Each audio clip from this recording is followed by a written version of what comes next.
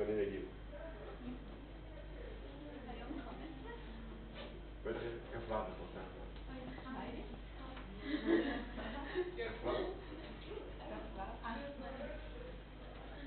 היום נראה שחמש. לא?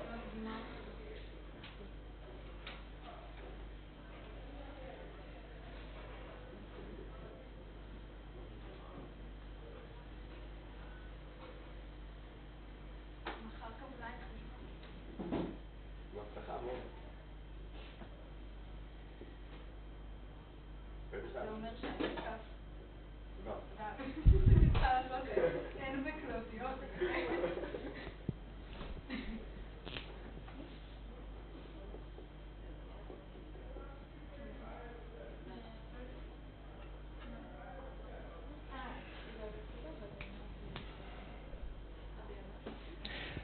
Okay, it's 11, more or less. I see only half of the people are supposed to be here.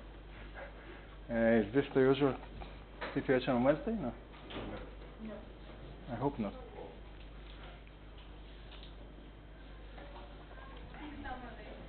Yeah, I can see that, but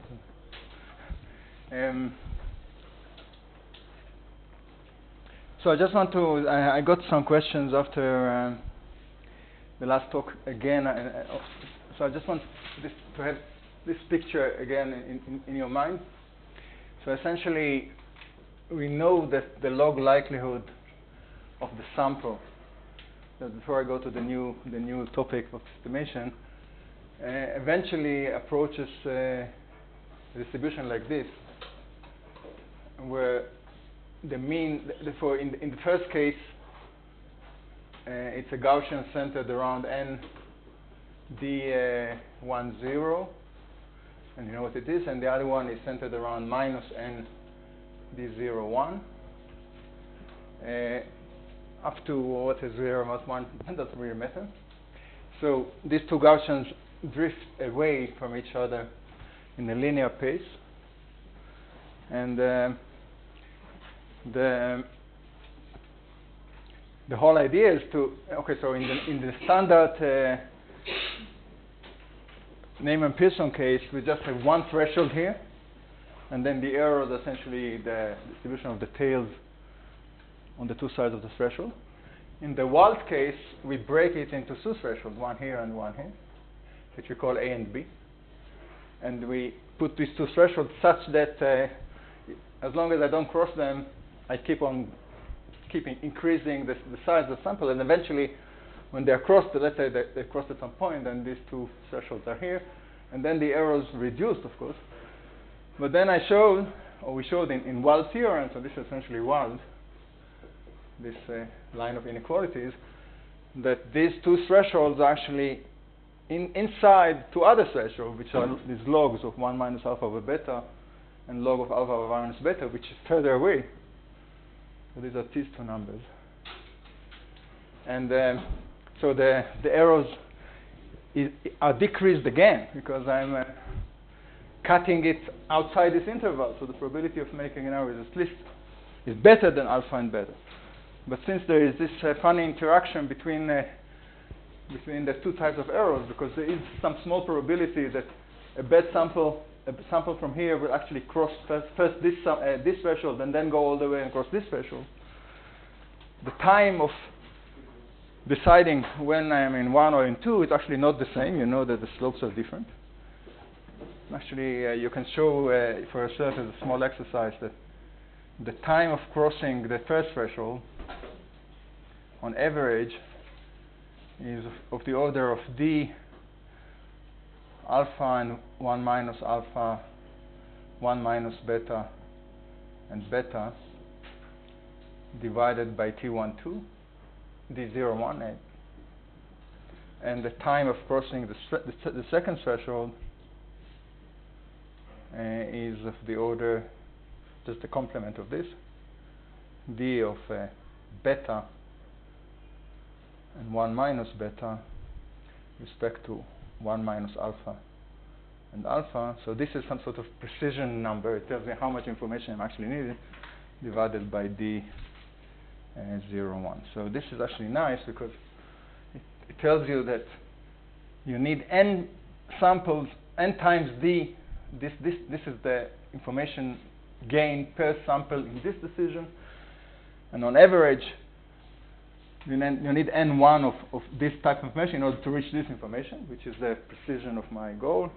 And you need n2 of this to reach this. So this is some sort of a nice formula, maybe a little bit too abstract at this point, but it's a nice estimate of the time of crossing the threshold. The first one is the time to pass the... The first one? Yeah. So then 0, yeah. Sorry, I'm confusing this all the time. 0.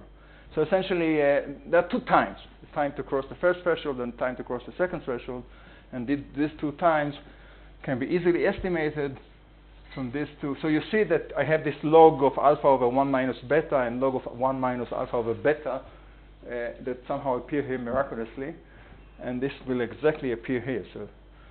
So this is essentially alpha over log of alpha over 1 minus beta times alpha plus 1 minus alpha log of 1 minus alpha over beta, this number.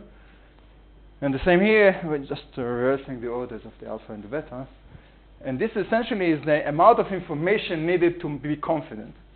And you see that this information, this is the gain in information that I need to accumulate during the test. And you see that this is essentially made out of n1 pieces of small information, which is remember that this one is the KL between P1 or Px given omega 1 to Px given omega 0.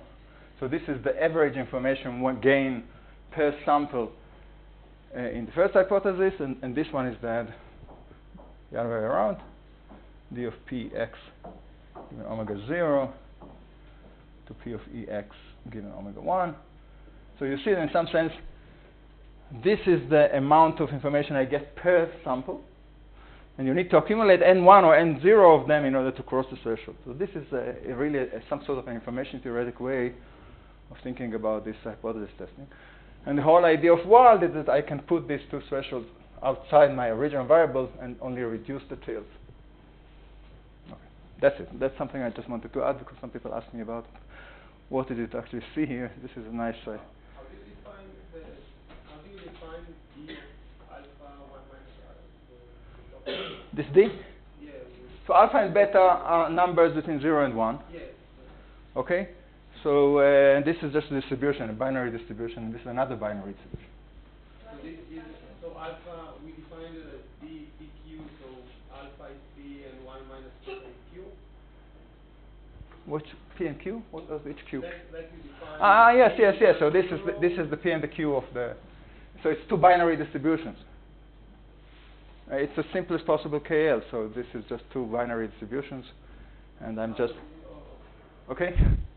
So this is how it's defined. Yeah. Now you see. So actually, as the further away alpha and beta, or the smaller they are, this number is larger. Okay. So for alpha equal beta equal half, this is 0. Okay. So to guess with probability error probability half, I don't need any sub. Now, if I want to improve to do better than, so let's say alpha and beta are 1%. So this is the distribution 0.01 and 0.99, and both of them. But this and the other one is 0.99 and 0.01. So this scale is going to be larger and larger when alpha and beta get smaller and smaller. Okay. So you see, this is essentially, so this is of the order of log 100 in this case. So so the smaller alpha and beta, this get larger, and this means that I need more samples in order to actually cross the threshold. But this is a random variable, so I'm just talking about the average of this. Okay, so this is a rough rule of thumb. You see, there's an interesting connection between my confidence, my error probabilities, my information per sample, which depends only on the way my data is actually distributed, and the time. So this is in some sense the time of the decision. Now, in reality, or in let's say biological systems, time is important. I mean, the decision time is. I cannot wait forever to make the decision. Usually, so I am paying for thinking more. Or so this time has a cost. I mean, so I don't want to. So in some sense, what actually happens in biology is that this decision thresholds are going down with time. So I start here, and I cross the threshold. Eventually, if it takes me a long time to cross the threshold, I'm willing to pay with confidence. So so these lines actually decay. So if you look again at all the biology or the cognitive science papers on decision making, you'll see that this log L of xn, which I'm saying the neuron is actually accumulating, or they compare them to thresholds which are not constant but actually decaying. And they decay because I pay for the time of the decision, and how fast they decay depends on the cost of not deciding on time. Sometimes it can be very fast because I need to make a very fast decision, like crossing the road or pressing the brake in my car and so on. This should be a fast decision. So there's a time interval. If I don't make the decision, then I'm lost. There's very high cost. But here the cost was only the probability of making an error. And if the cost is only probability of making an error, not time, if there's no cost on time, then these are constant thresholds.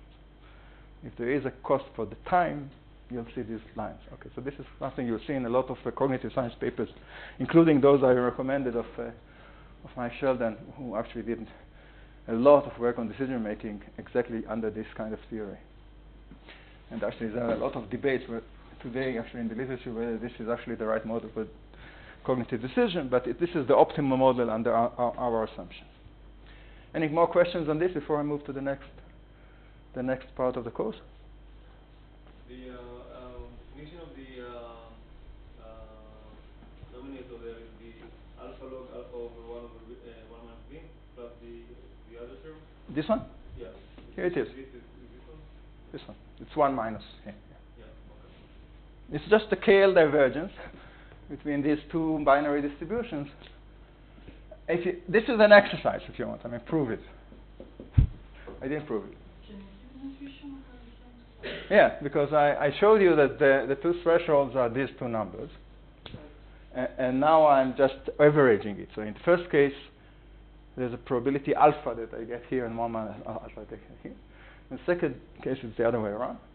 And now you simply calculate the time of crossing the threshold. So it's dividing this threshold by the slope, and this is the slope. So this is the estimate of the time. It's actually very simple, but think about it if you don't see it immediately. So this is a very simple estimate of time, but it's connecting these three important variables. How much information each sample is giving me, how confident I want to be, which is this number, essentially, this mixed number. So essentially the confidence is measured only by this number. It's not alpha and beta, it's KL. And how long you want to wait. I mean, sorry, yeah. So these three numbers are related to each other. So if I'm having some time limitations, which there is a time I must decide by then I must do something. Either pay in the confidence, or improve my observations, which means increasing this. And you'll see this type of trade-off. So, for example, you can ask a question like, I mean, how much information I need in my visual system about a certain cue on which I'm based a decision. So you do, let's say, some very simple cognitive test. You show, I don't know, X and O on the screen very quickly, and then you want your subject to press a button if sure, I don't know, not an X and O, but let's say a picture of a dog and a picture of a cat. Okay, and now you want him to press a subject, and then you flash it. You flash different pictures of dogs and cats, so they're supposed to be independent for this to work. And then you want the subject to press a button when he's sure if it's a dog or a cat. Okay, so something else you can do. It's a very simple experiment. Now I can, in that case, I can actually estimate all of these numbers. I mean, I can estimate the confidence of the decision. I can estimate the information gain in the two pictures, how similar, in principle at least, and I can estimate the time of decision. And you're actually going to see that if you put it under a lot of pressure, they're very, very sharp blips. And I show it for 3 milliseconds, and that's it, and repeat it again. So it's going to take time to decide. So this is very simple neurophysics or psychophysics that you can do at home almost, or at your lab, and it's really very simple. I mean, you can do it as an exercise on your computer, and you'll see that I'd actually decide if there's a time pressure, I'm going to reduce my confidence, or improve my acuity. I mean, improve my vision. How can I do this? I mean, by evolution, of course, but eventually I will have sharp enough eyes or sharp enough sensitivity to make the decisions on time. So there's a nice connection between our information gain in our sensory systems and the times that we need in order to make decisions. Yeah, okay. So far, all the assumption that we give is that the word is binary. We have two. We have binary. I didn't say the word is binary in a very simplistic. I mean, I'm making binary decisions about the words. Not that I wouldn't like to call the word binary, but I'm making a binary decision about the word. Right. And that the observation are independent, right? Yes. Yes. And they're fixed. I mean, these two probabilities are fixed, are not changing with time. Actually, that's a good question to move me to the next chapter. Okay. So that's all we did is some sort of an analysis of what is an optimal decision, optimal Bayesian decision, which we eventually turned out into the likelihood is the priors are somewhere here in the threshold, but I ignore them. In the long run, they are not so important because they start somewhere. But if you have a lot of observations, the priors are going to be some offset of this curve. The log prior ratio is some offset of this curve. But so it's where the origin is. But eventually, priors are not going to be important. You have a lot of observations. Yeah. More questions? These are important questions. I really want you to understand it. Okay, so I decided, because I lost actually one class last time, to skip at this point discussion of more complicated models. We'll do it slowly, and then I'll come back to HMMs and MDPs and POMDPs and all these things after we talk about parameter estimation. It'll be easier then. But I want to remind you, so this is, remind me your name? Me? Yeah. Veronique. Yeah. So this was a good question to really move us further. So essentially, we have the world. Oh. So I'm starting to talk about parameter estimation.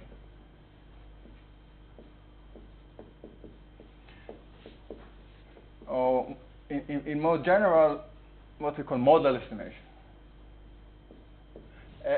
So this is a big topic, which is not unrelated to what we talked so far. So there's some sort of a line that goes through the course, and we'll see it more and more. So essentially, so far we talked about a world, or W, whatever you want to call it, which has some many states, which can be discrete or continuous or whatever. And this world actually generated observations. Okay, it's the same thing now. Generated observations. And so there was some probability here of my observation given the state of the world. So there are states of the world which belong to this class, which I call the world. And there are some observations that are generated statistically from the world. And then I generated from it an action or a policy or something which was a function of my observation, like the delta, which was some sort of an action or something like this. So this was our model so far, and we ask, so delta is what action to do at a given observation, and this was our Bayesian model. So here we had that and, in principle, the prior over omega. And eventually all I said was very simple. If you have simple decisions, between the world is binary or there are only two classes to a very simple decision, the optimal thing to do here is to look at the likelihood ratio. Well, let's say omega 1 and omega 0. and compare it to some thresholds greater than some, I don't know, less than some A, or compare it to some thresholds. This was essentially everything I've said so far. And I said, okay, now it's interesting if this is the best you can do in some provable, easily provable way. So of course it's good to look at the log of it. It doesn't matter anything. So I compare it to some log of threshold, but that's essentially this is it. This was all our theory so far. So we just looked at the case where this vector is actually many observations, many independent observations, and then we got all these nice sequential tests and whatever you want. So this is half of the statistical inference in compressed a little bit, but that's all it is. But now there was a big assumption. So I'm going to erase this. It's not important now. So this is A is binary, or if A was binary, so I have to make only one binary choice, and actually we even reduced it to a simpler case where A and omega are both binaries, and actually A is deciding on omega, like the rain and the umbrella. So yes, A is taking an umbrella. It's not, but it's completely in a one-to-one correspondence to my estimation of the state of the world. In general, it's not the case. Okay. So this was, but now we want to start talking about the case where we don't. So we don't have this model. This is our statistical model of the world, and we want to think about, okay, how do we learn the model? Where is it coming from? So this you can generally call the model.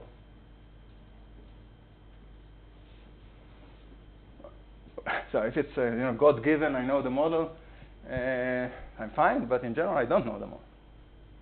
So we want to start discussing it in the context of what we call parameter estimation. So imagine that I actually know, I assume that this probability, so this is very classical statistics, this probability is coming from a family. Let's say they're all Gaussian. I assume it's Gaussian. Or I assume they're Poisson. Or I assume they're a mixture of Gaussian. So I don't know, coming from an HMM or coming from whatever. I mean, there are many, many different types of models like this. Are you thinking about the model itself that comes from the Yes. equation? So we actually assume that those probabilities come from a parametric family. This is going to be a first assumption. And I want to concentrate on this at this class. So parametric family, it actually means, okay, there's a probability of my observation, x, which can, for that matter, can be, again, anything, real number, words in language, colors, whatever you want. I don't care at this point. I mean, I'm not going to do much with the identity of x, but in general, it's a random variable. I mean, I can actually think that I'd like it to be a random variable. And there's some parameter. So when I say parameter, I mean there's some set of numbers here. So this can be single, but these parameters actually lie in some subset of, which I call the big theta, which is some subset of some R M, where M is just the number of parameters. Okay, the number of parameters. I know it's very abstract at this point, but I'll give you an example in a second. Okay, so we are talking about distributions that have some parameters in them, and the parameters live in some real space, okay, some Rm, something which I can actually take derivatives and do whatever I want with it, okay? And they are continuous. Otherwise, I actually assume that this big set theta is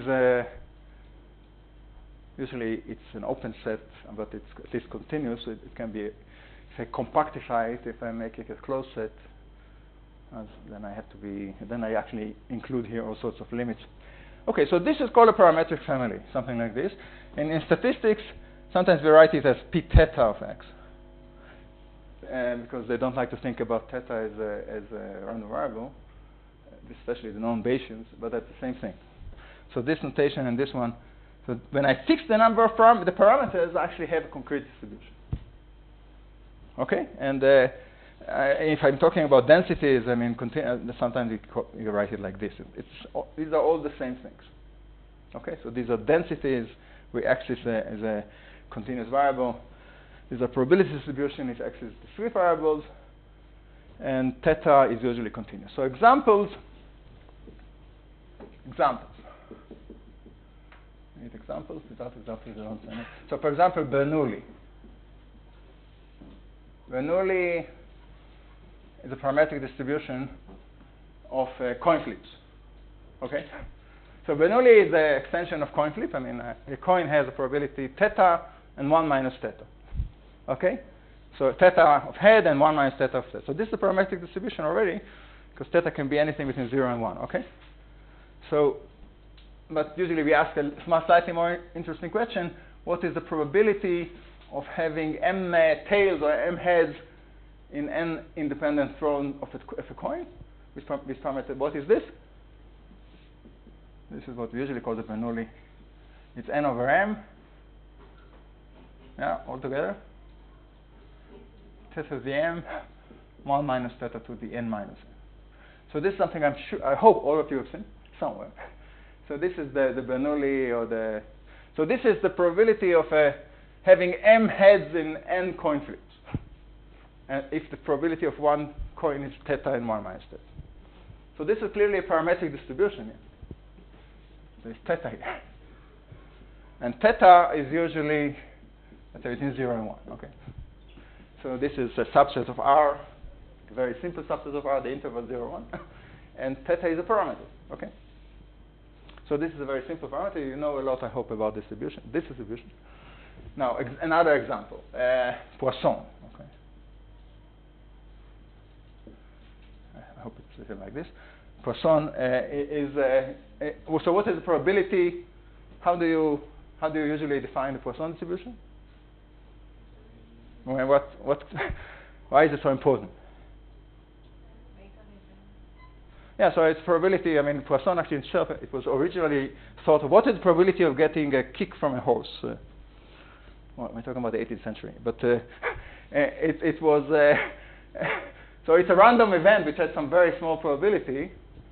But okay, so what's the probability of getting m kicks in one day? So remember that they were living with horses all over.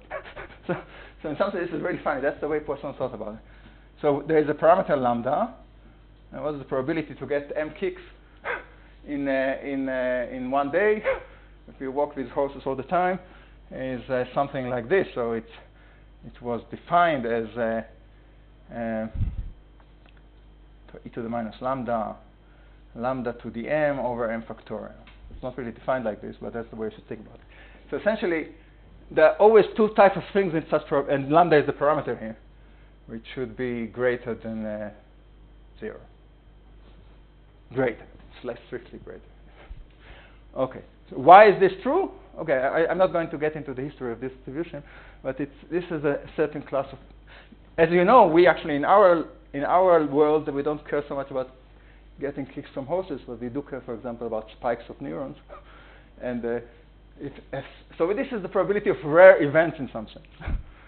Something that rarely happens and has a rate lambda. So the probability of actually getting in a certain unit of time is lambda. And now the probability what's the probability of getting m spikes? If one spike has a certain rate, what's the probability of seeing m independent spikes? So this is the Poisson distribution. Now you can see immediately that this is just a normalization constant, because if I sum it, so m is my variable, x here is discrete, just like here. This is a discrete variable, it's only integers. And of course the sum over m from 0 to infinity of lambda to the m over m factorial is precisely e to the lambda, and that's why this is a normalization constant, just normalizing distribution. Okay. So essentially it's telling me it's getting exponentially small to get m kicks with a big factor of m factorial, so it's really rare. But m factorial, because I really don't care about the order of the kicks. Never mind. So that's Poisson. It's another parametric distribution, very important in neuroscience, because we usually think about spikes of neurons as being generated by a Poisson distribution. Okay? at a given rate, whatever. Now we can talk about multivariate Poisson of many neurons and do all sorts of extensions of this. Okay. Another very important one, and it's the Gaussian, of course. Gaussian or normal distribution. How is this defined? So in this case, theta. Here theta was theta, here, and x was m. Here x was m, and theta is lambda, and it's one-dimensional. This is also one-dimensional, only one parameter. So this dimension is 1. Okay, this is also 1. It's very simple. But here we have a different distribution. So the probability of x with the parameters mu and sigma is what? So let's say, okay, it's a Gaussian, one-dimensional Gaussian. So it's 1 over square root of 2 pi sigma e to the minus x minus mu square over 2 sigma square. You should all know that. So this is the normal one-dimensional normal distribution. What are the parameters? Mu and sigma. So we'll talk a lot about this. So theta here is two-dimensional, and it's mu and sigma. Okay. And if I'm talking about a multivariate, multidimensional distribution, Gaussian distribution, then these are going to get into a vector of means and the covariance matrix sigma. And the number of parameters is going to grow quadratically more or less with the dimension. Okay? So these are just examples, and there are many, many other examples. If I move to a multivariate, so this is not one dimension, let's say, 2 dimensions. So this is going to be a vector of two-dimensional vector, the mean, and the sigma is now turned into a matrix, which is the covariance matrix, which in this case it's a symmetric positive definite matrix. So not that many, but still, eventually the parameters, if I want to maybe have very high Gaussian dimension, the number of parameters is going to grow more or less quadratic. It's something like half the dimension square. Okay? You need more examples. I mean, the high square distribution, the gamma distribution, all the nice distributions that we use all the time in statistics are parametric families. And actually, all those parametric families, including some I did mention, are very special because they belong to what we call exponential forms. But I'll come back to this later. So there are many others. So, for example, I can take now something like mixture of Poisson distributions. I have 2 neurons. One is in lambda 1 and the other one is lambda 2, but I can't distinguish them because my spike sorting is not good enough. So I see spikes from both neurons. What is going to be the distribution of the spikes? So it's a mixture of 2 Poisson distributions. Okay? Or I have 2 Gaussians. I mean, I have a distribution of 2 populations of, I don't know. So, normal distributions are very important because of the central limit theorem, because everything eventually is going to approach like here, normal distributions. So in the limit, so normal distributions have a very special status in statistics in general because of this. But there are actually other types of central limit theorems that don't go to normal under different conditions, of course. But you can have a mixture of Gaussians. For example, I'm talking about 2 populations. Children at age 10 and grown up at age 20, and I look at the distribution of the weights or the height, whatever. So this is not a Gaussian. We'll have 2 bumps, one around 140 centimeters, 130 centimeters, 120, I don't know, and the other one around 165, I don't know. So these 2 Gaussians are if I try to model it with a Gaussian, I am wrong. It's a mixture of Gaussians. But that's another type of family, parametric family. So there are many, many parametric families. Any questions about it? No. So my question is, so I want to cast the problem of estimating the parameter of the distribution from observations. So essentially, I'm getting a sample. I assume it's a Gaussian, but I want to know which Gaussian is it. So I'm actually trying to infer the parameters from data. So we're talking about what's what we call statistical inference all the time. Or בעברית, הסקה סטטיסטית, למי שלא יודע מה אני מדבר. So statistical inference is this business of inferring something from data, which is a very big thing. And in particular, we want to infer parameters. So now I'm talking about, I want to cast this inference problem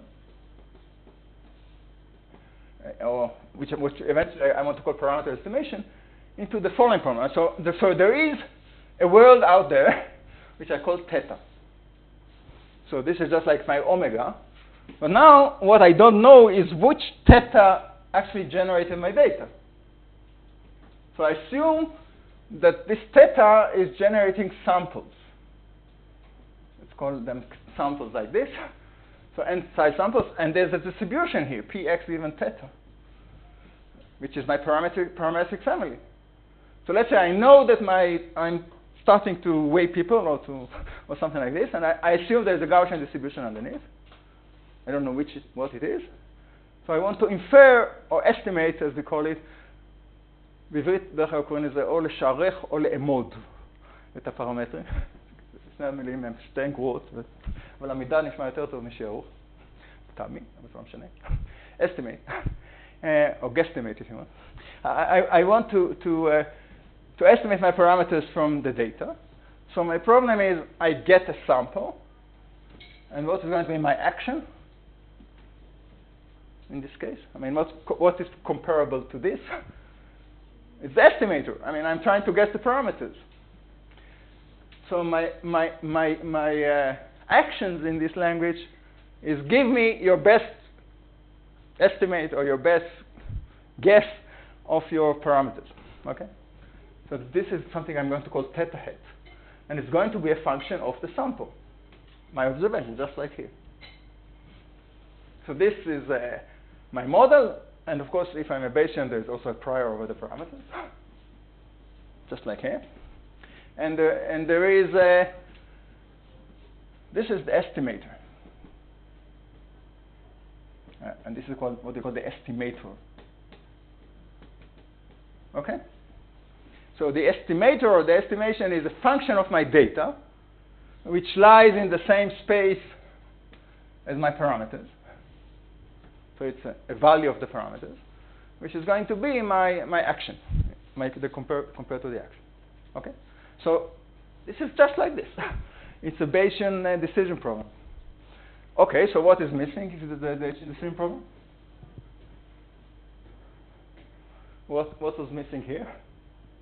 I didn't mention it, but I mentioned before. Oh. The cost, yeah. Who said it? You. Okay, good. So of course I need some sort of a cost or loss function, which will tell me, okay, how good is this estimate? Okay, so I need a function, let's call it lambda, which is a function of my estimator given the true parameter.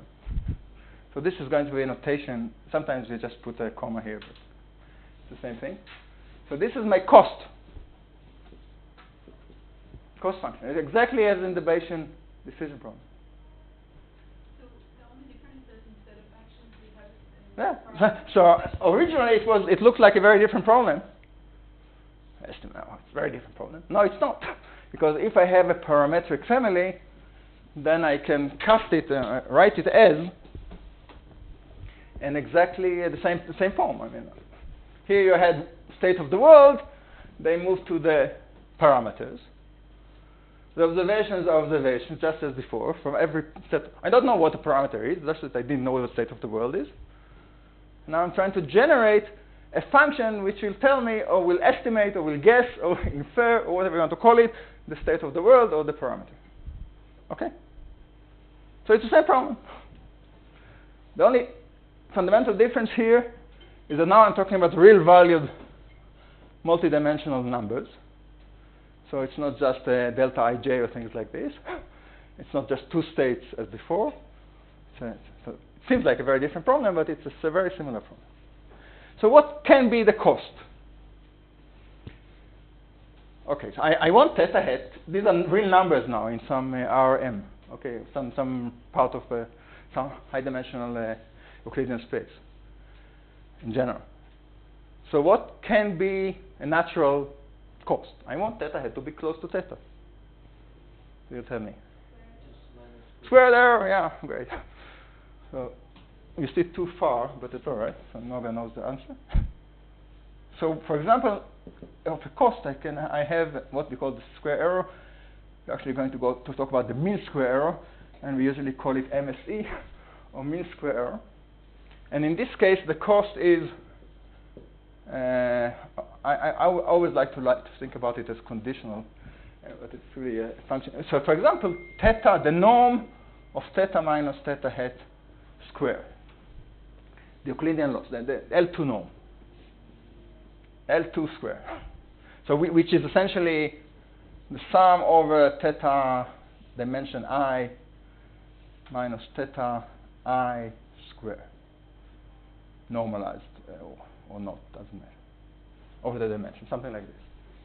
So this is, I know what L2 norm is, I hope. Not all of you know.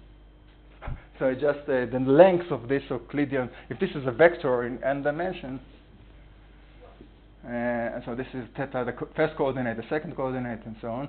So the length of this vector is this square plus this square, square root. The length square is the square root of this. Okay. So this is just the length of this vector in n dimension. The length square, yeah.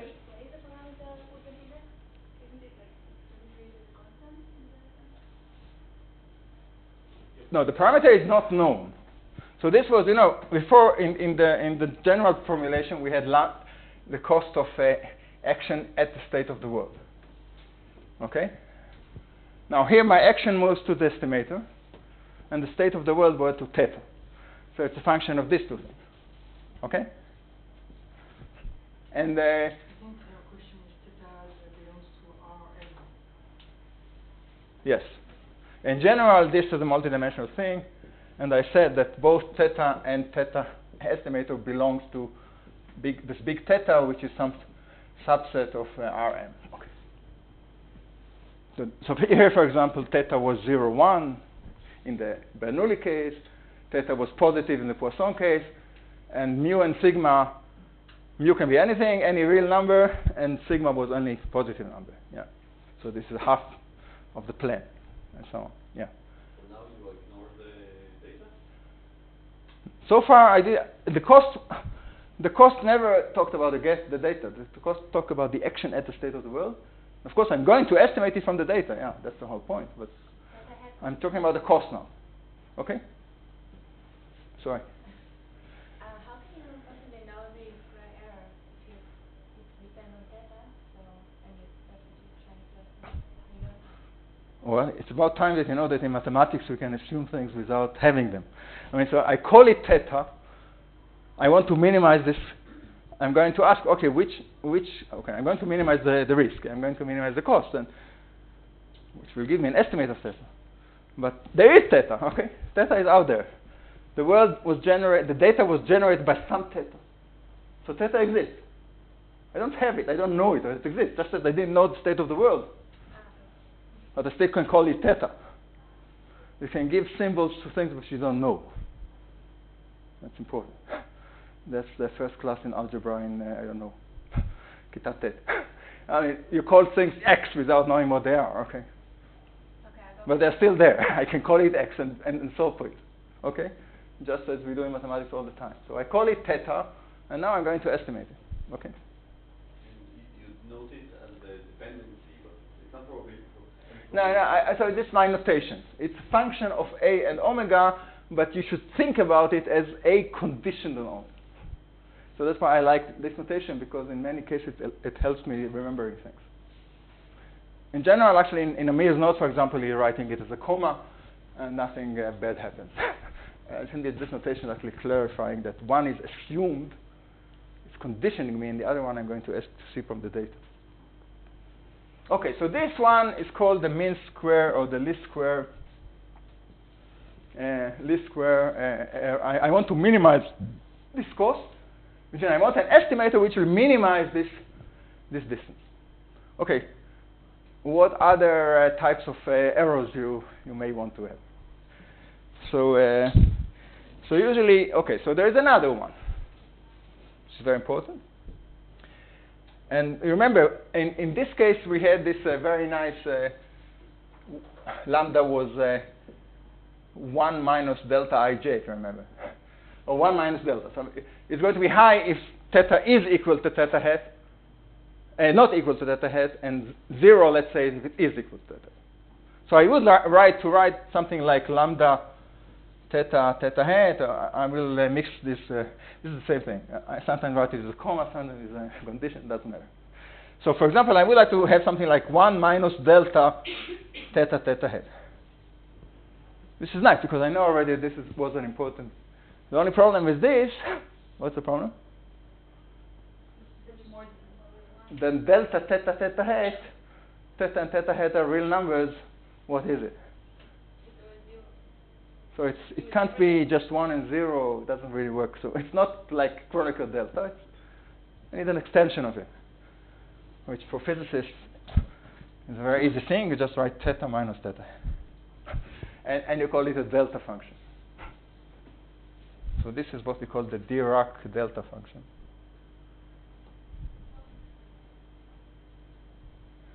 So this will be something like 1 if theta equals theta hat and 0 otherwise. Okay, this will be the direct extension of this, of 1 minus delta ij. The only problem is that mathematicians start to feel uneasy here, because what is this function? So it's not really 1. If it was really 1, that's okay. That's a pulse at 1. It's not continuous, but it's not really 1. I want it to be 1 inside an integral, essentially. So this is going to make sense only when I do some sort of integration. So how many of you have seen delta function somewhere? All of you. Okay. So this is the famous delta function, which is an extension of a pulse, So it's a function which is essentially integrated to 1, like a density function, like a Gaussian, but it's very, very narrow. In the sense it's a limit of a Gaussian where the standard deviation goes to 0. Think about it this way. Okay? So it's going to give me a big pulse when theta is theta hat, and otherwise it's going to be 0. Okay? So this, which looks a little funny, is what it actually turned out to be very, very important. We call it maximum a posteriori, or MAP estimator. So this is in the Bayesian context. And from it, we are going to derive something which is most important, or most useful, or most common, which is what we call the maximum likelihood estimator. So I know I have to write it down. Yeah. So this was mean square error.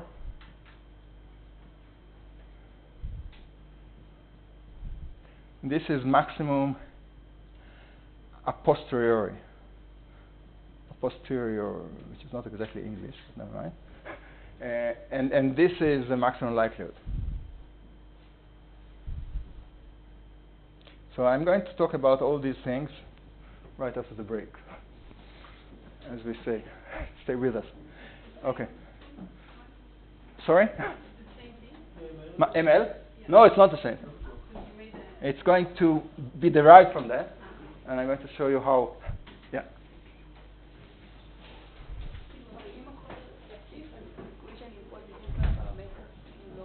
נכון? אנחנו צודקת, זה נשמע קצת מוזר, נכון? אוקיי, נראה איך זה עובד.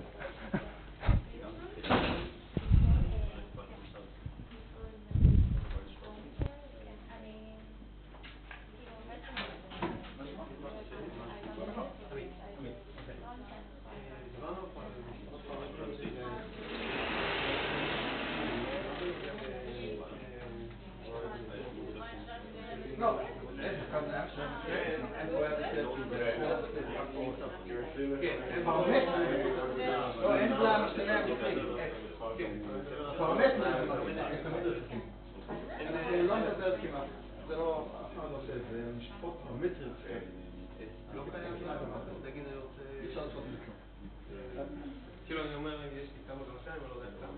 לא, אוקיי, נכון. אז הפרמטר יכול גם מספר. אנחנו מתחילים לדבר על מה שנקרא מודל אורדר, באיזה סדר המודל שלי, כמה פעולות, כמה פרצנים, כמה קלאסטרים, כמה נוירונים. אלה שאלות באמת דיסקרטיות. ודנים בהם באותו אופן, אבל עם מורכבות אחרת. שזה כרגע אני גם מדבר על זה. אני מדבר על זה.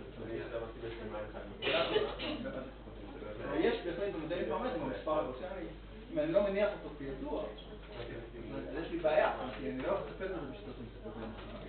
כי אני לא יכול לזרוק את הפרמטרים. ויש שיטות חכמות לעשות אסטיבייט או למספרים. כאילו היה כאן עכשיו. כן, אפשר לעשות את זה.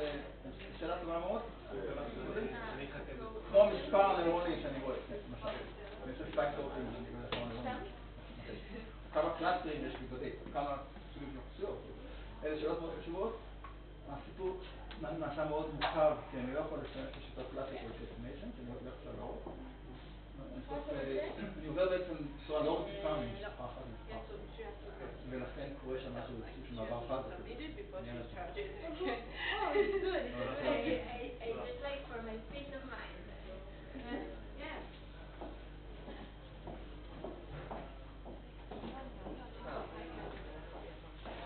你说这个是吧？其实我不确定我完全听懂，因为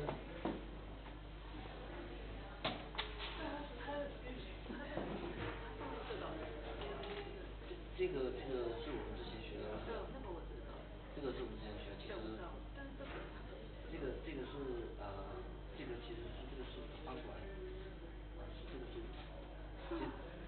就是它这个意思就是说你有一个 probability distribution， 这边是取阿尔法和一减阿尔法，这边是取一减贝塔和贝塔，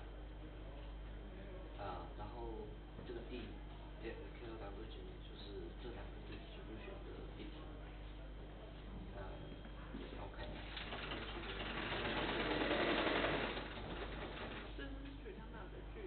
对，是这个 distribution， 是这个距离，这两个 distribution 的距离。阿尔法是那个阿尔法是那个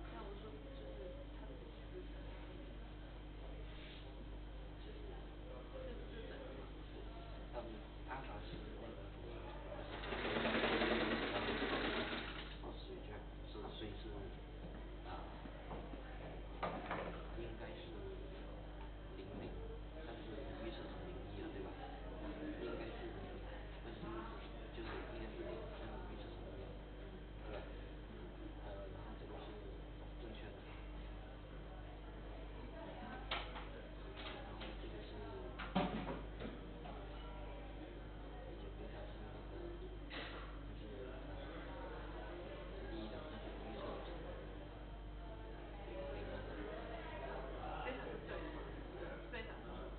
贝塔也是错，贝塔也是错，应该是对，这个是对的，这个是错的。对，但是这两个的你换过来没有影响的，这两个调换，对，这两个调换过来是没有影响的。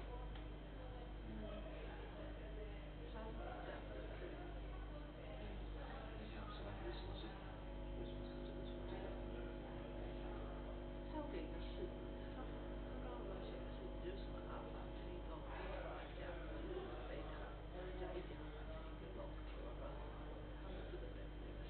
这个等于哪个式子我可以写出来？这个我可以写出来。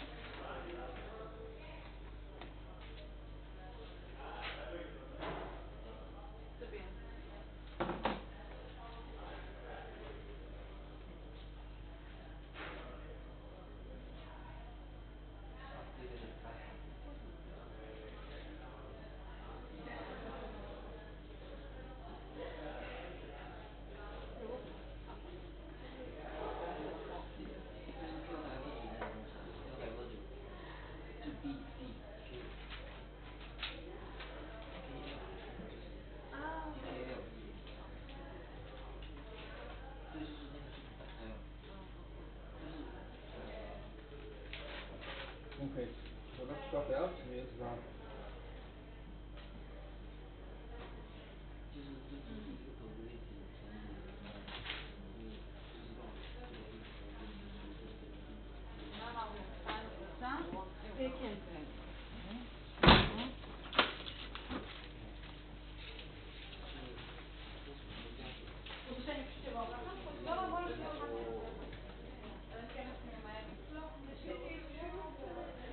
这个它是什么意思呢？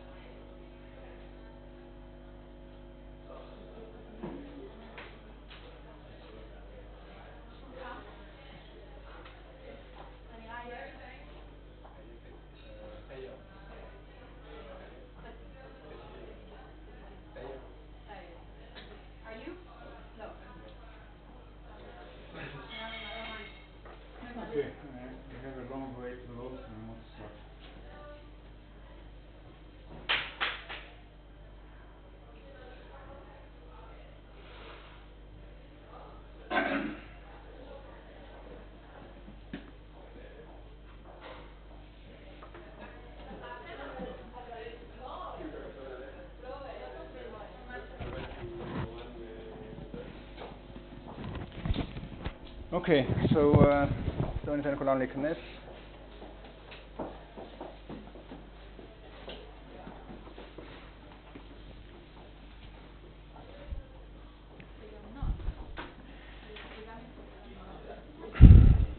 So I'm not very happy that so many people are missing. It's because it's Wednesday, or because it's me, or because it's I don't know.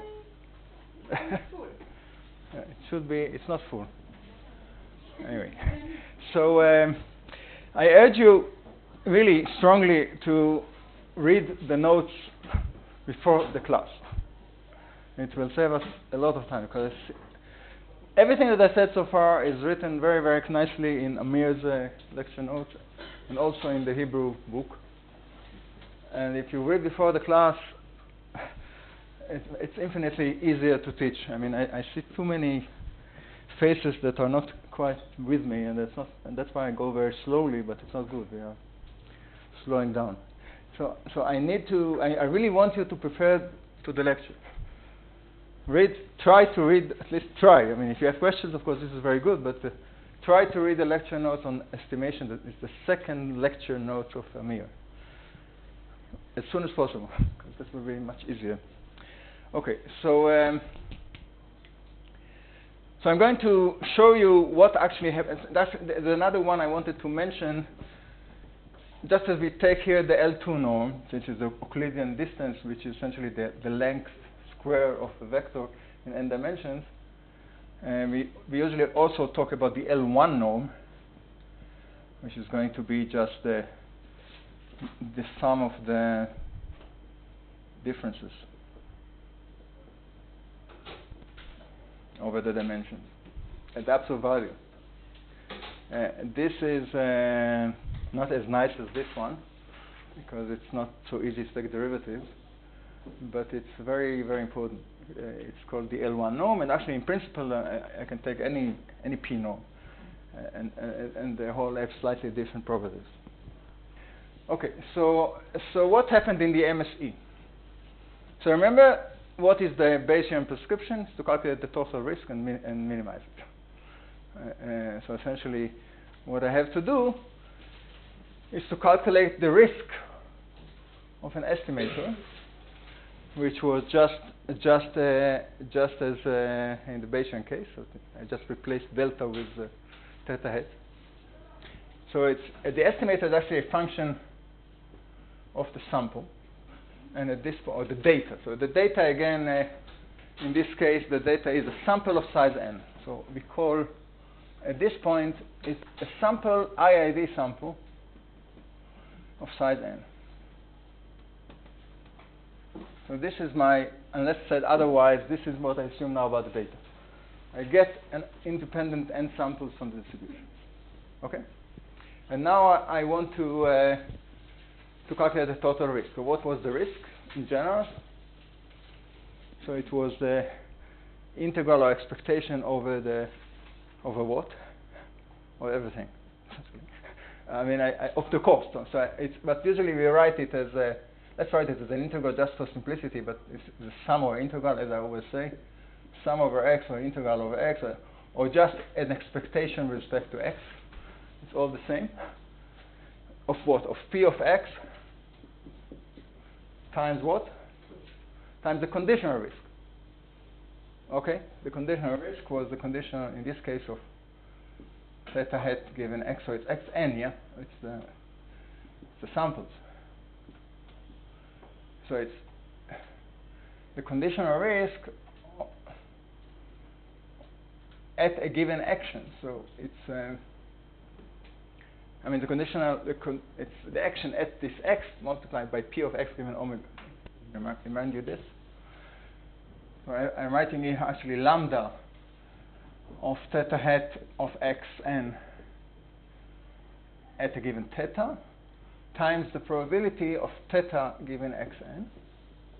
So this is my Bayesian sum, and I have to estimate to do the expectation here over theta.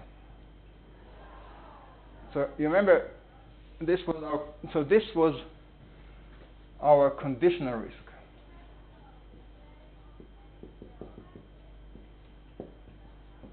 So this is the risk in general it was the action, in this case it's the estimator at a given set of observations, and it was average over the state of the world, theta. Okay? So in general it was expectation over omega, here it's expectation over theta. Okay? You say the sum is xi. This is the expectation. I'll make it even. It's the expectation over the observations. Okay. Now, this is of course expectation over this distribution of all possible observations, which is just the sum over the expectations over in a given theta times the prior over theta, sum over theta, or integral over theta.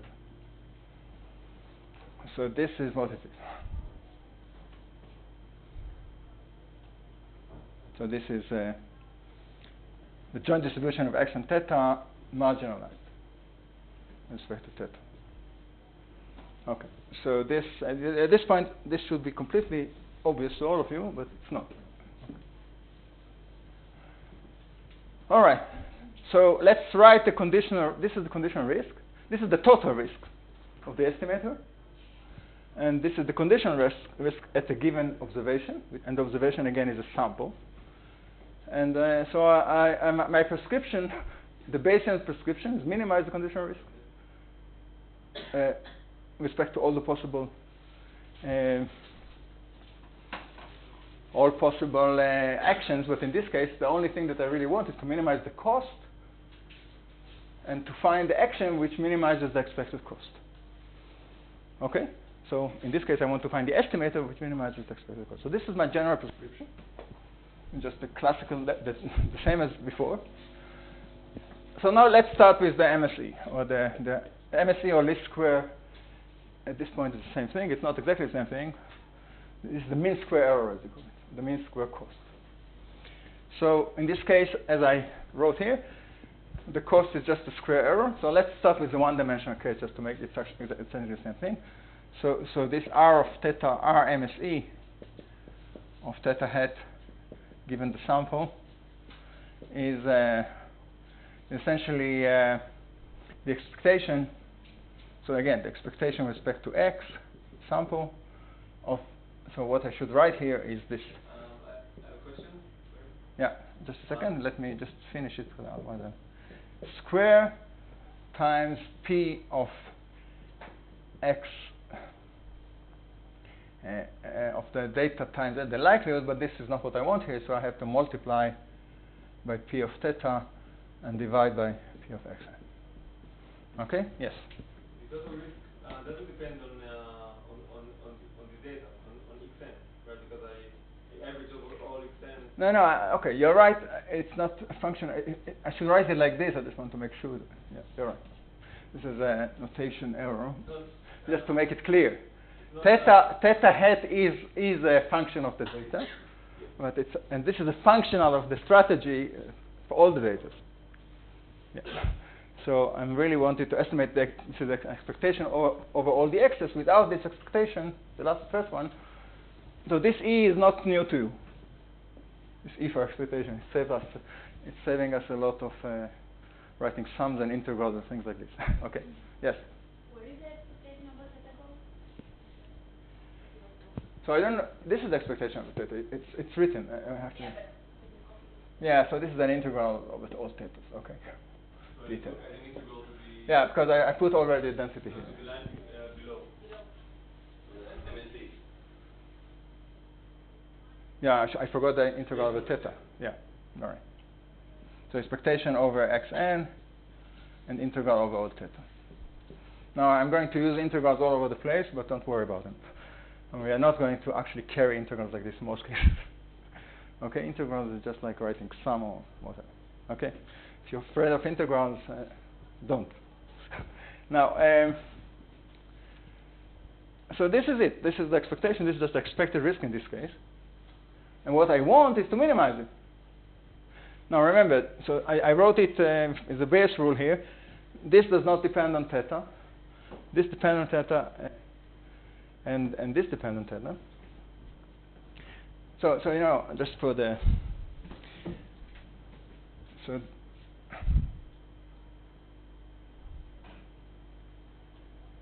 yeah, just for simplicity, right here, that's p theta given the data. Okay, so for series of that. So I assume I can write it and I can do it. So essentially, you see, this was that's why I write it as the conditioned theta hat at this observation condition on theta, and then we want to have p theta and average. So that looks very natural. Okay. So essentially, just average over both xn and theta, but I separate them. Okay. Okay. So that's the total risk, and yeah. Okay. Again. All right. Now, okay. So I want to take the derivative. So this is a function. Okay. So this is the total risk. I know that what minimizes the total risk is minimizing the conditional risk. We already proved that. So I'm taking only the conditional risk. This one. Okay? And I want to minimize it with respect to my class of distribution theta. So I'm going to take the derivative of the conditional risk, which is essentially the risk of theta hat of xn at a given xn. But this is going to be a function of theta. So it's a given theta. I'm going to minimize it with respect to theta hat. This will just like looking for the best strategy. Okay, the best estimator in this case is the one that minimizes the conditional risk. So how do you minimize? It's a continuous function. It's a derivative. It's a differentiable quantity function. It's a very simple. Everything seems to be differentiable. So what happens here? Where theta hat appears here, only here. Everything else here doesn't depend on theta hat. So I'm taking this and of course compare it to 0. This is my equation of finding the minimum. Of course, I hope it's going to be a minimum, but if you really want to verify it, it's going to be a minimum in this case because this is a parabola. And since this is a quadratic function, it has no maximum. It's only one minimum. Okay? So the curve for every sequence xn, right? Yeah. For a given xn, I'm now going to minimize this conditional risk. And the reason you do it is because you want to minimize the total risk. Yes, as I already showed you in the first class, and that minimizing total risk is done by minimizing conditional risk. Same thing. So the total risk is minimized for the base optimal, which is the one that minimizes the conditional risk. Okay. So this is the equation I want to solve, but this is very easy. The only thing that depends on theta here, on theta hat, is this one. Forget. So I'm taking. Forget about this dependence. It's just a number. So I'm taking derivative here. So essentially, it's taking the derivative of theta hat minus theta square times p of theta given xn. And this is at this point I can think about it just as a number inside an integral. This is integrated all over all the possible thetas. So I'm taking the derivative with respect to theta hat of this one.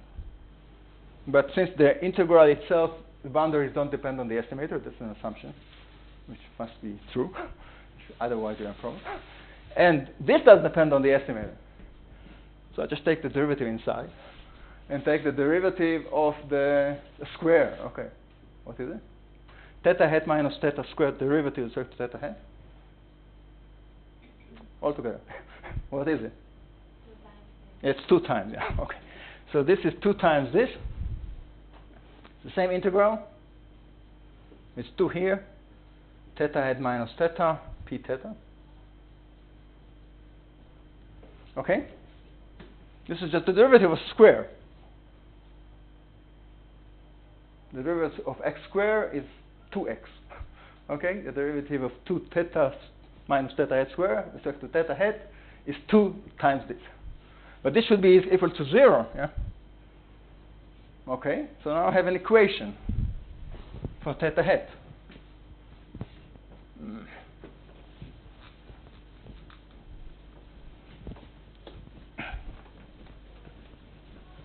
And what's the solution of this equation? So I get that. So I can take now. I can take theta hat outside of the interval. Everything else is 1. Theta hat appears out inside, but it's not a function of theta. It's not a function of theta. I can take it outside. Remember, xn is now fixed, so I don't touch it. It's there. So it's a function of xn, but it's not a function of theta, so I can take it out of this interval. And what I get, of course, is that the MSE estimator of theta hat MSE, is essentially, when given the data, is essentially just the expectation of the integral over theta of theta conditioned on the data. That's what I got. Okay? Because, okay, so this is outside, and that's what's left. So essentially, this is what we call the conditionally, this is the expectation of theta conditioned on the data. It's called in everywhere the conditional expectations.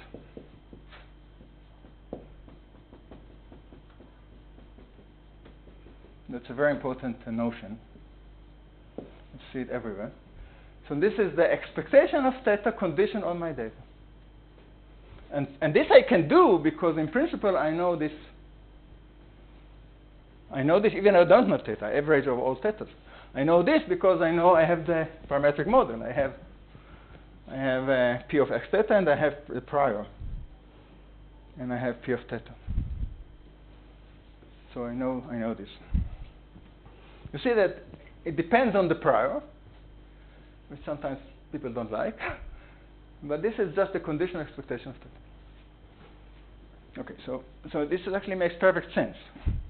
The mean of theta with all these observations is going to be sharper and sharper around the real theta in some sense.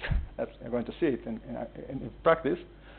And eventually, when I have enough data, hopefully this will converge to the true theta.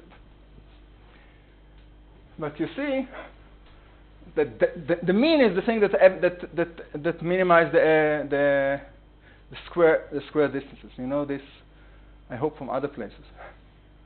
You know this? And if you look at the square of the numbers with respect to some point, it's the mean which will minimize the square, and then it's precisely the variance that I get as the minimum square error to any point is precisely the variance, which is when the point is the mean of the distribution. So at the mean, should we have normalization of the integral of P theta? So assume that everything is normalized here. Oh yes, that's right. This is normalized, and you're right. Then you have to normalize, which is exactly what you want. I mean, the pre-f(x). So assume this is a normalized distribution. Yeah. Okay. So you got the answer. The MSE estimator is the conditional expectation of the parameter, which in principle I know how to calculate, given the data. Actually, you need to see how we calculate it. Now, so this is the mean.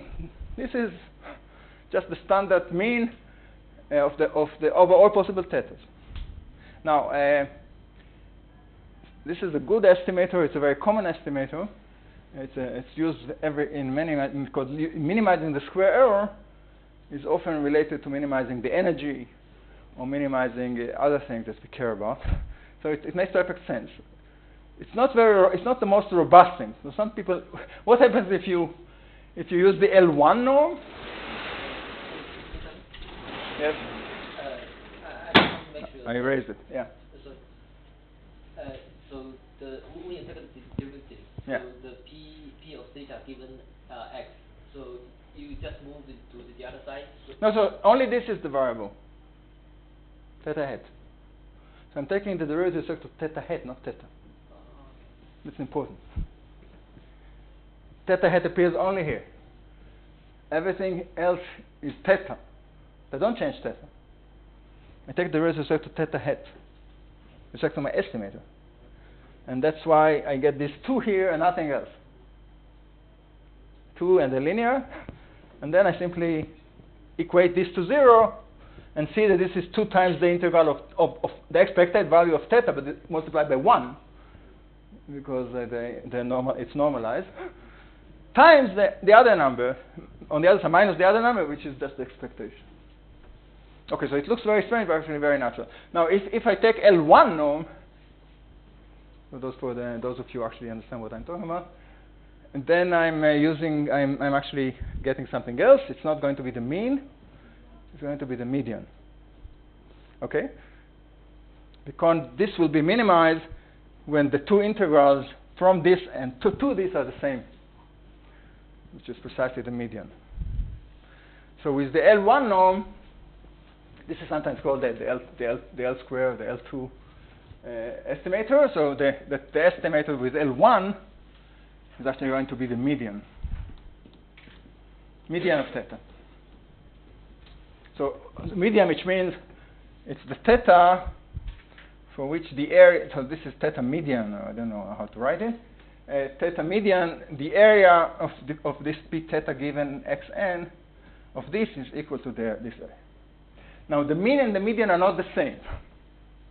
When are they the same, by the way? Where the distribution is symmetric, yeah, in one dimension.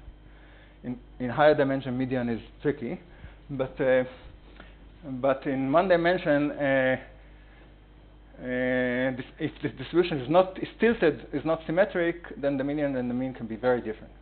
Not true in high dimension? Well, you have to define median first of all for high dimension, and then we'll talk. It's not so easy. But yes, if you think about the median in every component, then it's back to one dimension. But in high dimension, median is a little more tricky. You need some sort of a point which is median in every dimension. It's not so clear. But of course, the mean is clear. So in one dimension, the median is the point where the area before and after are the same. And you know cases like where this can be very, very different in any tilted distribution, like the distribution of incomes, for example.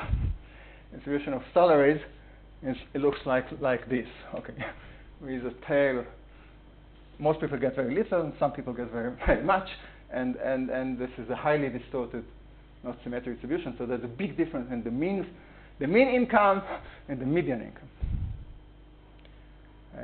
and which statisticians and the economists play with all the time, and politicians. The median is much more robust.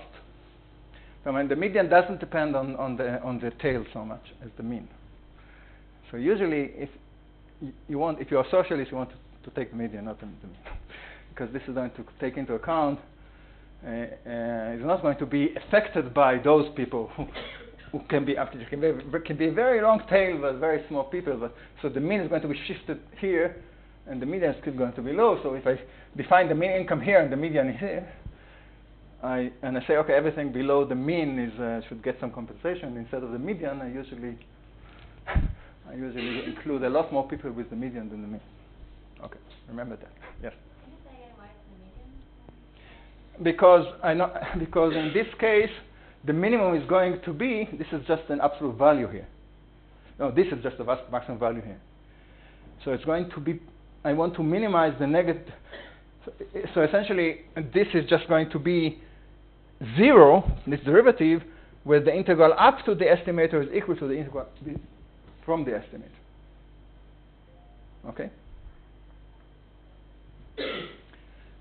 Okay. Let's do it this way. The derivative of an absolute value is plus or minus 1. Okay? This is the easy way to see it. So the minimum is going to be plus 1 from the point and minus 1 from the point. So this is going to be 0, where the integral up to this point equals to the integral if these two parts are going to cancel each other, which is precisely the definition of median. So it comes from the fact that the derivative of an absolute value is plus or minus 1. Okay? You don't see it? Come to me later. Okay. So this is why it's going to be the median. It's an exercise. I think that Ravidash is giving you this as an exercise. Prove it. Okay? Yes? The probability of theta given xn is not trivial. The way to calculate it is using a Bayes rule, right? Yes. In general, it's not trivial. Yeah, and how do you know? But it's in principle known.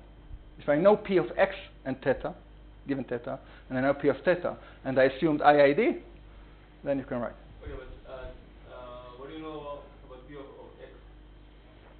No, I told you this is part of the parametric model. Oh, you need to. The parametric model is P of X given theta. Yeah, but in order to. So for every given theta, I know what this probability is. It's true, but to go from this probability to this one, you also need P of X. I need P of theta, not P of X. Yeah, P of X is just a normalization. P of Xn is just the integral over, it's just a normalization. Yeah, the integral of the product of this. It's just like usually in base rule, I mean, the P of X is essentially a normalization constant. Yeah. Right. Okay, so median is here. What happens with the, what I call map? So map, I take lambda theta hat given theta as 1 minus delta theta hat minus theta, just as before, but this theta is a delta function. Okay? So what happens? So we did the conditional mean, the MSE, we did the L1, or you'll do the L1. What happened with the map? This is actually very simple.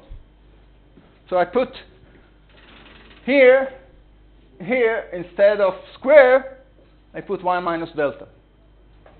Okay, so let's write it down. So I want to minimize with respect to theta hat. I want to take derivatives of the integral over theta, again, in exactly the same way.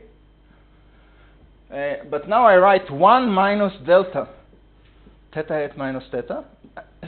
I write it as if it's one-dimensional. It's the same in any dimension, but if you don't see it, think about it. Come to me later. So it's in one dimension, it's very simple. So this is again P of theta given xn. And I want to take the derivative of this and equal to 0. Okay? Exactly the same way. But what is, now it's inside an integral, the delta, that's much easier. Okay? I don't have to think about it as a function. I need just to know that what delta does to an integral, what delta does inside an integral. What is the integral of some f of x, delta of x minus x0, let's say. What is it? I'm sorry, I know that for some of you this is trivial, and for some others don't know what I'm talking about. That's the problem here. But so this is what we call the sampling. It's a point sampler in some sense. It takes the value of the integrand at this point. Well, this is important. This is just this. Okay? So in general, what the delta function does is sampling my integrand. Essentially, everything vanishes except this point. So imagine that you actually integrated with a very narrow pulse around x0. So essentially, it's just like it takes the value of f at x0 and takes it out. It's a very, very narrow pulse. Nothing else is there. So essentially, this is it. This is, as far as I'm concerned, the definition of a delta function. And this is true in any dimension. Okay? So a delta function in 3 dimensions is a point in space. Delta function in whatever is just selecting the integrand at this point. Okay? So it's just definition of a delta function. Now I use it here. So what I have, again, take the derivative. But first of all, let's see what this is. Before I take the derivative, this integral, I can actually take derivatives of delta, but I'm not going to do it now. Before I take the derivative, I just calculate the integral first. So the integral of 1 is what? It's normalized. Okay, so the integral of 1 is what? 1. Okay, good. So this is equal to the derivative with respect to theta hat of this. 1 minus, now what's going to be the integral of theta? Yeah, it's going to give me P of theta hat. Okay, so what? Now I want this to be maximized. But this is precise, okay, minimize, sorry, but because I want to minimize and there's a minus sign here, this is the same as maximizing the probability. So this means that theta hat, my estimator, is precisely the argmax of the posterior probability.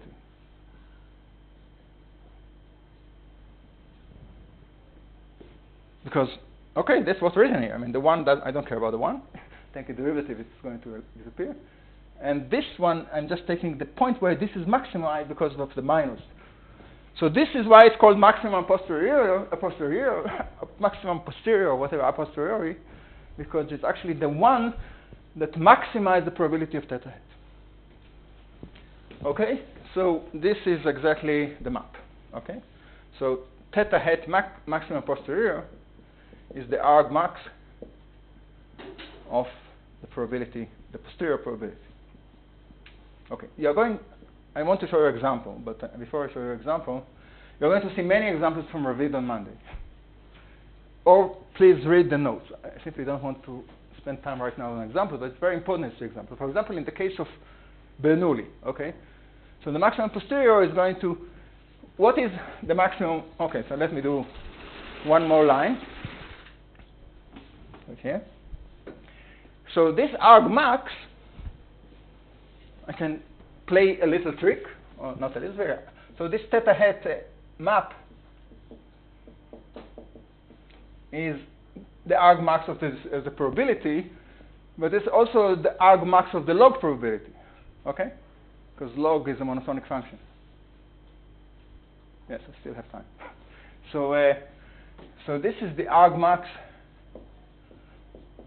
over theta of the log probability, the log posterior. But this you already know.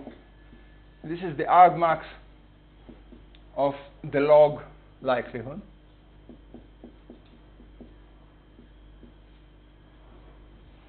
Plus the log of the prior. Prior over theta. So let's denote prior with 0 just because this is what most people do. So this is the prior over theta. Prior. Just as before. But why is this so?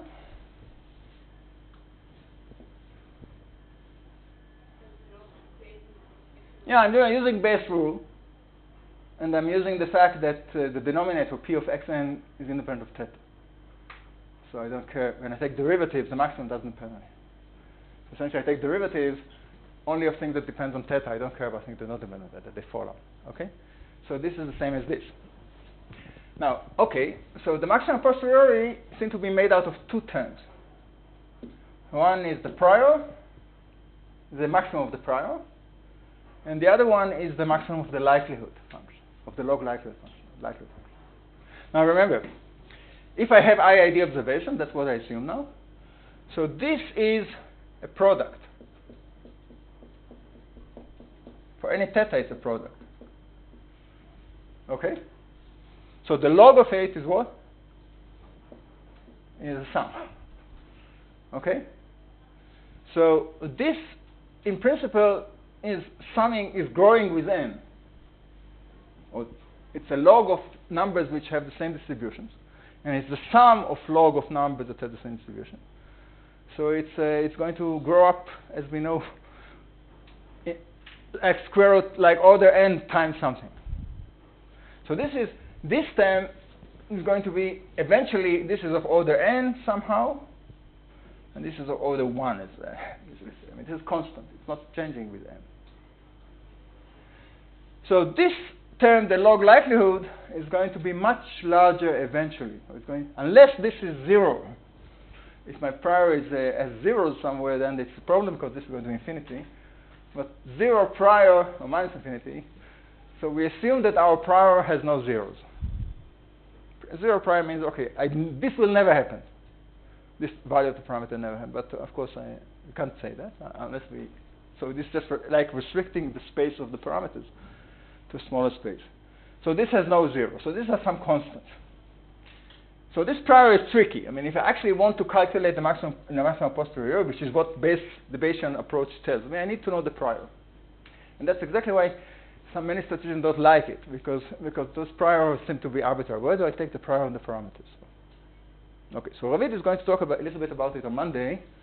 So we want to take priors which are, either we don't forget about priors and do something which we call maximum likelihood, as I'll show you in a second, or we want to take the least damaging prior in something. And there are all sorts of tricks of doing this. We'll talk a lot about it. Not a lot, but a little bit about it on Monday. What is the least damaging prior? So this is a question. What I can say already is in the large n limit, this is negligible. Unless I have zeros in my prior, but I don't want to have zeros in prior. So I assume that my prior is not 0, is greater than 0, strictly greater than 0 everywhere. Actually, if I could have a uniform prior, this could be great. Uniform over all the parameters. So I can do it, for example, in Bernoulli. In the Bernoulli case, the space of the parameter was what? 0, 1. So it's a compact bounded interval. So I can have a uniform prior, no problem. Actually, it's not the best prior to have, but I can have a uniform prior, just 1. Okay? In this case, this will not do anything. If I have a uniform prior. In the other cases we talked about, like the Gaussian or the Poisson, the parameter space is not compact. I mean, I cannot have a uniform distribution there. Cannot have a uniform distribution over the line, the real numbers. Okay, so I need to put something else. Usually you put a Gaussian, a very wide Gaussian or something. You see this, or a very wide whatever. So here you need to make all sorts of assumptions. And we'll come back later to this question how to choose a prior in the least damaging way, in some sense, or the least committed prior, or the least whatever. But at this point, okay, I don't want the prior, so I'm doing something else, and that's what most of the time that's what we will do. I replace the maximum posterior with something which I call the maximum likelihood, which means, okay, ignore the prior. Take the argmax over all theta of p xn given theta, which is the same as the argmax as the maximum of the log likelihood.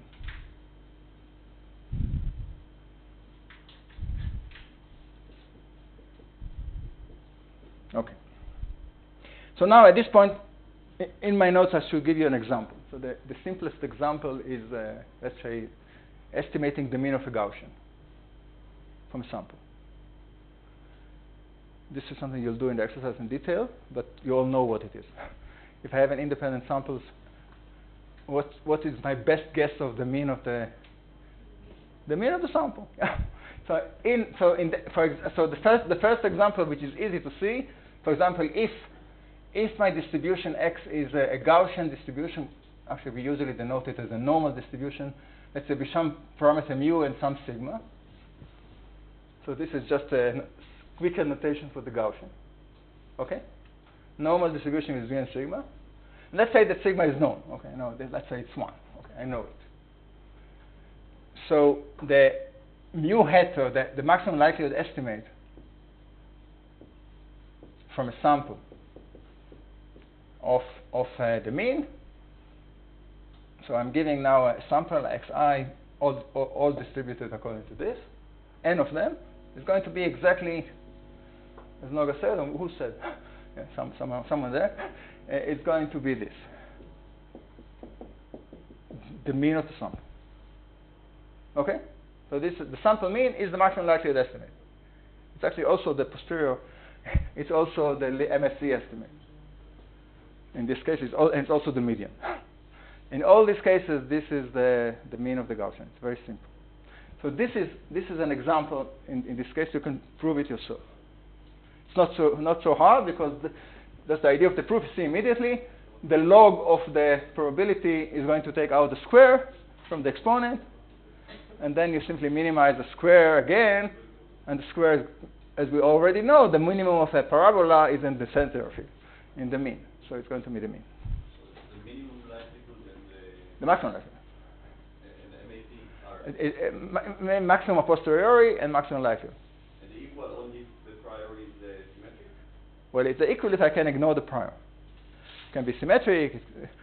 It can be. Something about it symmetric? No. If it's uniform, then forget it. Okay, it doesn't depend on. If it's not uniform, it's going to cause some small change. But when n is large, as I should say, when n is large, in the large n limit, this is going to go to the maximum likelihood.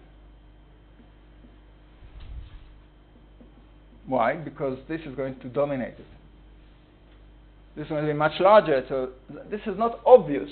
I mean, if you really want to carefully derive it, you need to make sure that there's some stuff. But in general, that's the case. You see that the mean of this is going to be very close to the mean of this, because this function is going to be much larger than this. It's going to completely... Some assumption of the prior. Yeah, if the prior is not 0. It's what we call proper.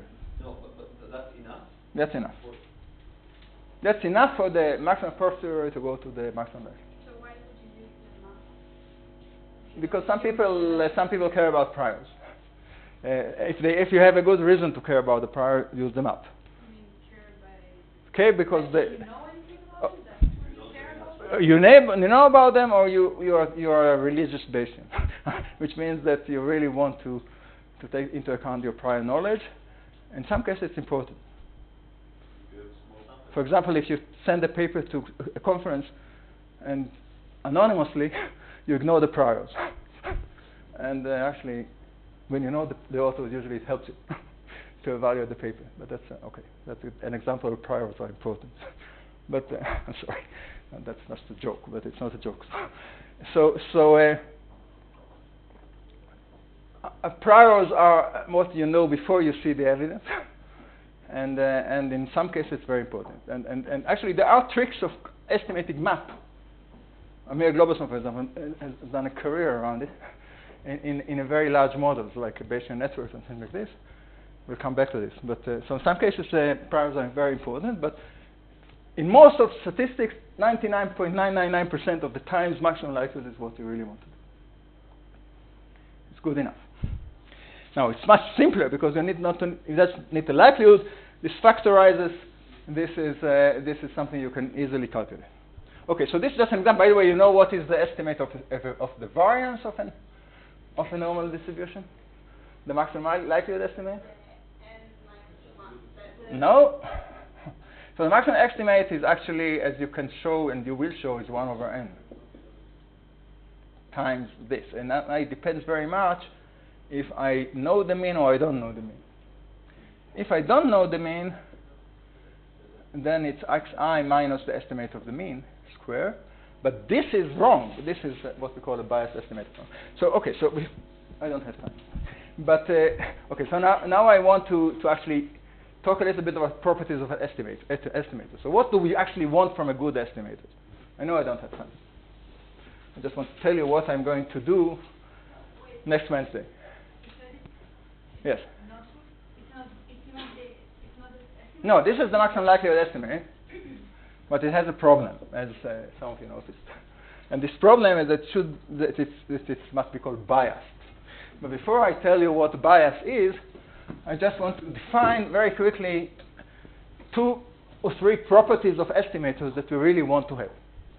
So one of them is what we call consistency. Consistency is that in the limit of very large data, what do we want to have? Yeah, you want to get in the limit, this should approach the true theta. So this is something which statisticians and others call consistent estimator. So this is consistency. Consistency. So a consistent estimator, now notice